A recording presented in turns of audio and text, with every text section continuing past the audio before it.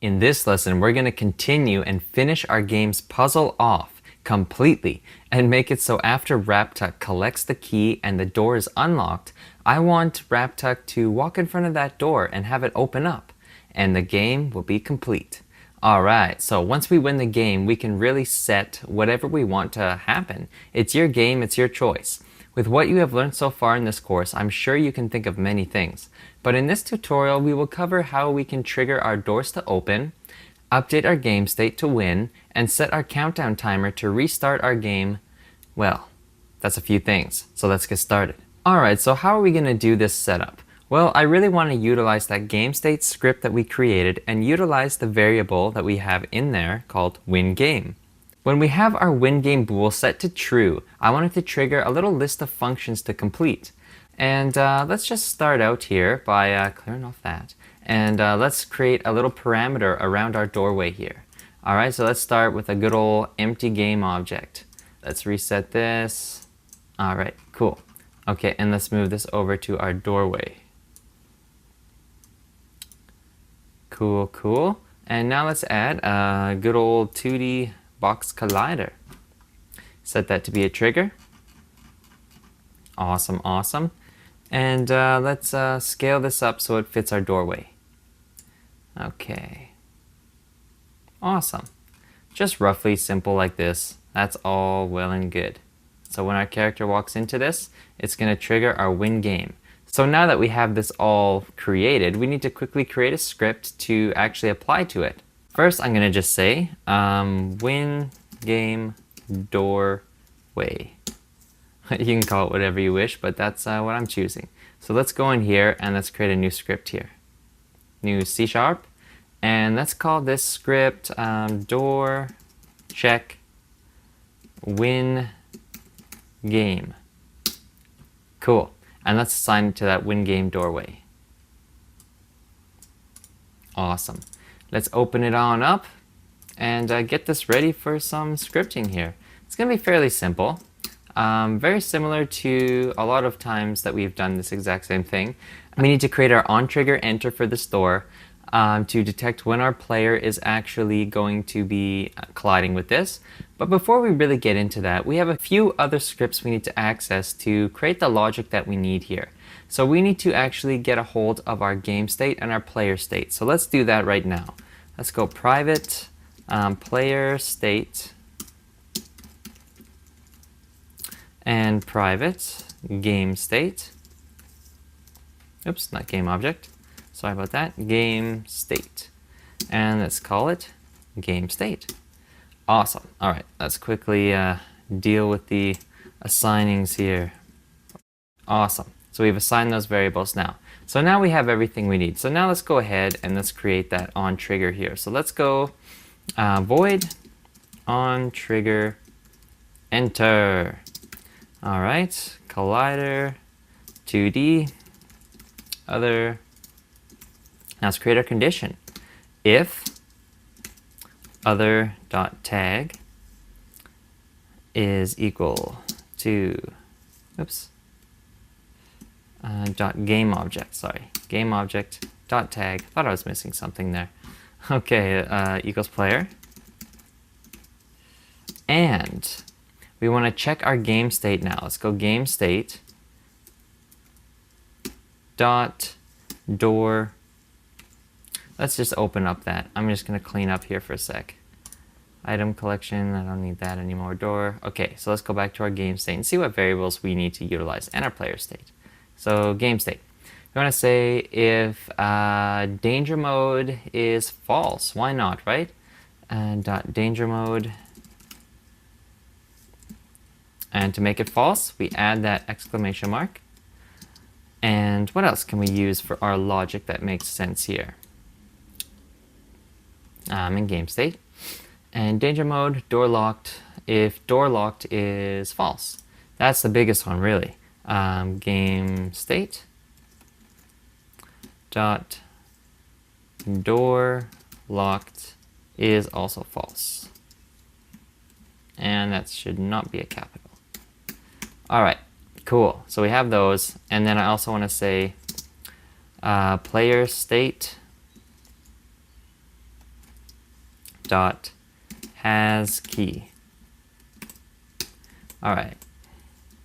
So if our player walks into this and game state danger mode is false, and our door is not locked, and our player state has, and our player has a key, then we can actually open up these doors here. So let's just open up these brackets and let's just call off. What do we want to do? We want to say WinGame. We also want to open doors.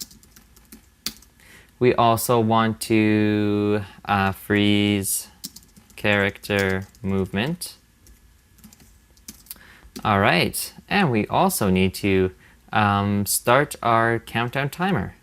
Countdown timer start. And you know what? There's one more thing. Player does not have keys. Okay, cool. Quite a few functions here, but let's just get started. Let's work our way down here. Let's go WinGame. Let's go game state dot WinGame equals true. Awesome. Open doors, I need to get access to those, so I'm going to stop. I need to get access to those. I need to create that. Let's just go to player state dot has key equals false now because he used it to unlock the door. And okay, so let's go on with these animators here that we need for the doorway. We need to get access to those. So let's go like this. Private animator.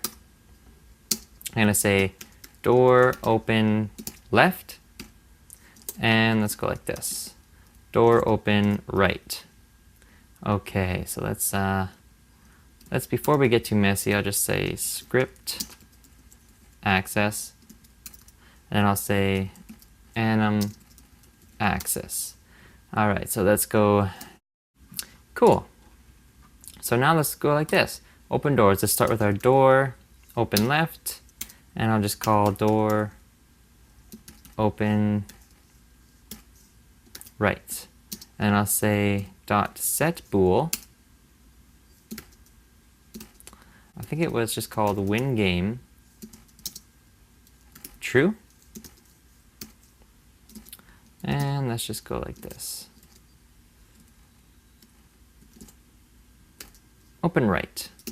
So we have our WinGame set to true. So far we have our WinGame set to true. We have our doors to be opened. And now we want to freeze our character movement. All right, so we've done that before. Let's just go to our character movement. So let's go like so. I want to access our character movement script. So private character movement. Character movement. I just want him to be frozen in the same position while our countdown timer is going. All right, so let's go like so. And WrapTuck character, this one will do very well. All right, so this is called character movement. Okay. WrapTuck character, and we want character movement. Character movement. Perfect. All right, so we have that in our script now. Save and freeze character movement. So how do we do this? We're gonna go character movement dot enabled equals false. Simple as that. We've accessed that script and we've just checked if it's enabled and we've set that to be false. So here's the new thing in this lesson right now is our countdown timer. So how do we create a countdown timer? We need a few variables to actually work this out in our logic here. So I'm going to go up here. I'm going to say timer variables. All right, so what do we need for this to work? Well, first of all, every timer has to know when to end. When is the end of the timer? So let's start with that variable now. So let's go public float, and I'm going to say win reset.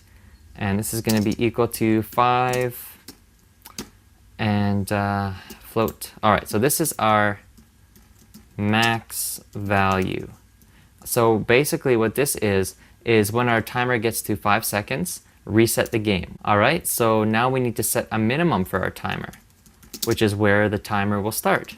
Float, I'm gonna say win reset minimum, sure. And this will be start So it's going to start at 0. Every timer, well, most timers start at 0. Okay, so there's our variables that we need for our timer. We need the win reset, which is going to be the maximum value of our countdown, which is going to start at 5 seconds and count its way down. And public float, win reset min, when it reaches the minimum value of 0, I want it to restart. All right, and I'm sorry, I actually confused myself. Usually I was counting upwards, but I'm going to say count down minimum. All right, so it's actually going to start at the max value and count its way down as we're counting down to restart the game. Now we have our two variables there. So now, as you can see in this Ontriggerenter function, I have this countdown timer start. I'm actually going to remove it from here because I'm not using the logic within this to trigger it. What I want to do is I want to go in our update function here, and I'm going to constantly be checking if our game state .WinGame is true. Okay, let's go if is true. Then I want our countdown to start counting. All right, so what do I need to do here? What I need to do is I'm going to grab our max value of the timer, which is 5 seconds, win reset. So I'm going to say if we've won the game, then let's call win reset, and let's make it minus equals time dot delta time. All right, so this is going to, I'm just going to comment this out here. I'm going to say if we win, start timer. All right, and then this here is going to say count down from our timer's max based off of real time. So what this does is win reset our variable, which is 5 right now, it's going to subtract from the amount of this variable, which is 5, based off of time.delta time. So every second counting down from 5, it's going to go down by 1 value. And now we just need to say when it reaches our minimum value, then reset our game. So that's the next step in our timer. Okay, so how do we do that? So let's actually end this if statement here. Okay, and let's move ourselves down. So now we need to say if we reach our minimum count value for timer, reset our game. Okay, so one more if statement here. Let's go if win reset is less than or equal to win reset minimum, which is that variable we created to be equal to 0. So if our timer counts down from 5 and reaches 0 or below it, then we want to reload our level. Reload our level. How do we reload a level? This is something completely new to us. So the first thing I want to show you is I'm just going to type out the function, and then we're going to go down and kind of investigate what's happening there. So what we need to do is we need to call application, which calls upon this game application we're in right now. And I want to use the function in there called load level. And then we need to tell it which level to load. I'm going to say 0. And end that off. That's all. That's all the scripting you need to do there. So I'm just going to close mono-develop now. And let's get in to see why I chose to load the level 0. So if you go into here, we haven't gotten into building our game yet, but if you go to your build settings, what you can do, I already have one in here. So what I'm going to do now is I'm just going to uncheck this one. And when you go into your build settings and you say add current, it's going to see the level that you have open, which is your scene, and it's going to add that scene to your build. So if you go add current, the first scene that you add to this is going to be 0. So it's going to incrementally add a number. So as you build all your levels within your build settings here, you can choose any number or any level that you want to load, which is extremely cool. Okay, so let's close this off now. And let's see what this error message that we're getting here is. Like so. I'm getting the error message. If game and game state danger mode is true, or sorry, it's false, door locked. If player has key. Okay, let me investigate this for a sec here. Aha. Well, first of all, enter 2D. That might even just be it right there. Let me close this off. Clear. Alright, nope, game state does not exist in the current context. Okay, so game state. Oh, I see, just the capital. Misspelling, game state. Alright, so it's just that one. I spelled the rest of them right. So that should clear that up for you guys, if you were following along exactly as I was doing. There we go. Perfect. Alright, so let's just take a look and see what we have here to test this thing out here. Game state, sorry, WinGame doorway. Right now we have our win reset time and our win reset min. We can see that. Okay, so let's just test this out. Let's go to game state and let's just say game state and let's say win game. And I'm going to move my character over and I'm going to say win game, and within 5 seconds our game should restart here. There we go. And now you can see it's restarted. So I'm going to show you that once more, just a little bit more visually here. Game state, win game, and I'm going to go back to my win game doorway, and we can see it's counting down by the second, and then restarting our game. Perfect. Alright, so the one last thing we need to test is quickly, I'm just going to play through this game and get to the point where I win the game, and let's just see if our doors are opening correctly. So here we go. I've gone through here, and now I'm in here, and when I go like this, beautiful. My door's open and my character's position is frozen. Awesome. Well, there we have it. We do have some errors at this point in our game, but our game is all set up and ready to go. We have everything from start to finish. So we're going to go ahead and fix glitches in the next and just play test the heck out of this thing. Alright, so I'll see you in the next lesson where we're going to spend some time playing and addressing some issues. Alright, so I'll see you there, and thanks for following along so far.